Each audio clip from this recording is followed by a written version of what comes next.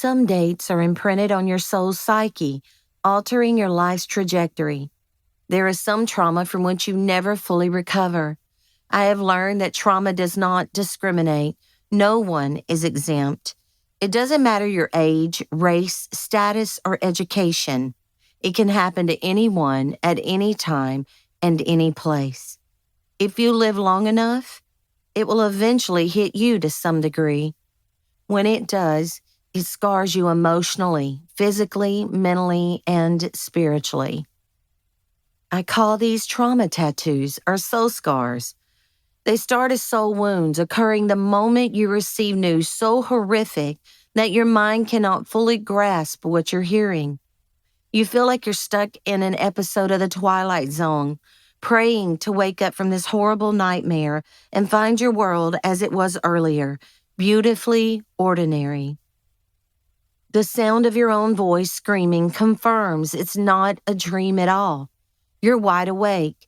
It's at that moment, at that place, a soul wound invades you.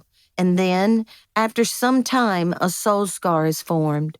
For the rest of your days, that soul scar can be a catalyst that catapults you back to the past. Like climbing into a time machine from hell, it transports you back to the moment you received the call that brought you the news that would alter your life. The post-traumatic stress resulting from the soul scar can be triggered by something as simple as a song, a sound, a scent, or a season.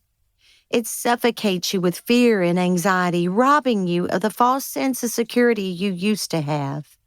Your mundane, predictable life is forever gone. That was the type of phone call I received on September 28, 2011. It was a picturesque fall Wednesday afternoon when my then husband and I were traveling back to Louisiana from North Arkansas. We had just spent 4 relaxing days at our cozy cabin nestled atop a mountain, the perfect location to celebrate my birthday. I love the beauty and serenity of nature, and the cabin was a place for me to unwind and regroup. For many years, I had homeschooled our 3 kids and rarely took time for myself. It wasn't until Seth, our youngest, was about 16 that I began to feel like I could get away once in a while. My oldest, Savannah, was married by this time, and Sierra was already working full-time as a nurse. So for 4 days, I enjoyed my birthday getaway, just my husband and I, at our peaceful little mountain retreat. The time flew by, as most vacations do, and before we knew it, the 4 days were over, and it was time to get back to everyday life. While we were en route heading back home to Ruston, Louisiana, my cell phone rang. It surprised me that I had cell service since we were still out in the boonies, though earlier as we drove, our son Seth had called to tell us how his college classes had gone that morning. He was in nursing school, and one of the class's activities was participating in a blood drive that day. Seth, however, never ended up having his blood drawn because he was busy tending to some of his fellow students who had passed out or needed fluids or comfort. Later, we would discover that it was an unforeseen gift from God that Seth had not given blood that day. He would lose so much blood from the accident that had he donated at the blood drive, he would have been too depleted and would not have survived. But now, as we continued on our journey toward home, our middle daughter, Sierra, was calling us.